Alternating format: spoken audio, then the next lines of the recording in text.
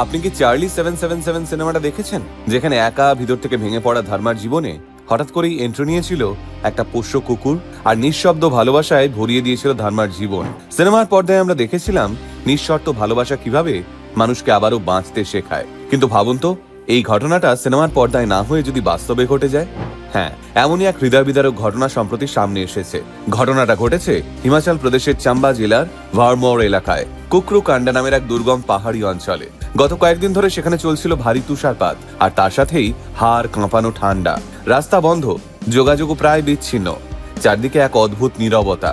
এই প্রতিকূল পরিবেশেই গত 23শে জানুয়ারি 13 বছরের কিশোর পীয়ূষ কুমার তার 19 বছরের কাজিন ভিকচিত রানার সঙ্গে ট্রেকিং করতে গিয়েছিল। পাহাড়ে ওঠার সময় তাদের সঙ্গে ছিল পীয়ূষের পোষা পিটবুল কুকুরটি, যে পোষ্যটি ছায়ার মতো সবসময় তার পাশে থাকত। শুরুতে সব ঠিকই ছিল, কিন্তু আবহাওয়া যে এভাবে বদলে যাবে সেটা ঘুণাক্ষরেও ভাবেনি ওরা। পাহাড় থেকে নামার সময় হঠাৎ করে তারা ভয়ানক তুষার ঝড়ের মধ্যে পড়ে রাস্তা হারিয়ে ফেলে। এরপর তীব্র ঠান্ডা আর তুষার ঝড়ের সঙ্গে লড়াই করতে করতেই একসময় প্রাণ হারায় এই দুই তরুণ।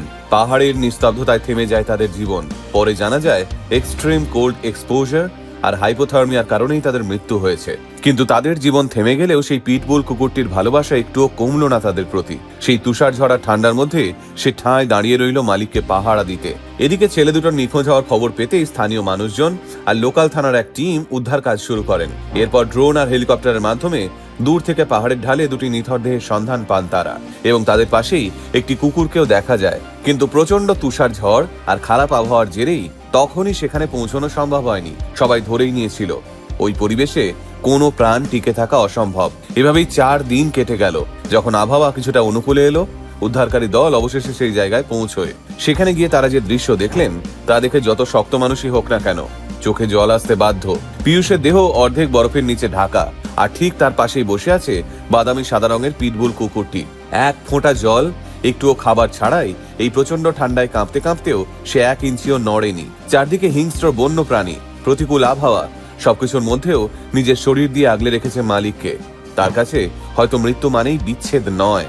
এরপর উদ্ধারকারী দল দেহ উদ্ধার করতে এগিয়ে এলে তখন কুকুরটা হঠাৎ আক্রমণাত্মক হয়ে ওঠে। সে ভেবেছিল কেউ তার মালিকের ক্ষতি করতে এসেছে। অনেক চেষ্টা ও আদরের পর তাকে শান্ত করা হয়। অবশেষে সে সরে দাঁড়ায়। সে বুঝতে পেরেছিল এইবার হয়তো তার মালিককে বিদায় জানানোর সময় এসেছে। এই মুহূর্তের ভিডিও সোশ্যাল মিডিয়ায় ছড়িয়ে পড়তেই মানুষ স্তব্ধ হয়ে যায়। ইনস্টাগ্রাম, এক্স ও ফেসবুক জুড়ে হাজার হাজার মানুষ আবেগে ভেঙে পড়েন। উদ্ধারকারীরা কুকুরটাকে নিরাপদ স্থানে নিয়ে যান ও তার চিকিৎসার ব্যবস্থা করেন। টানা 4 দিনের অনাহার আর ঠান্ডায় সেও দুর্বল হয়ে পড়েছিল। এ কথা মানতেই হবে, সে আজ শুধু এক পোষ্য নয়, সে হয়ে উঠেছে নিঃশর্ত ভালোবাসার এক জীবন্ত প্রতীক। চার্লি 777 সিনেমায় আমরা দেখেছিলাম একটা কুকুর কিভাবে একটা মানুষের ভাঙা জীবনকে জোড়া লাগায়। আর হিমাচলের এই ঘটনা আমাদের দেখিয়ে দিল মালিকের মৃত্যুর পরেও পোষ্য কুকুরটা কিভাবে সম্পর্ক ছাড়তে অস্বীকার করছে।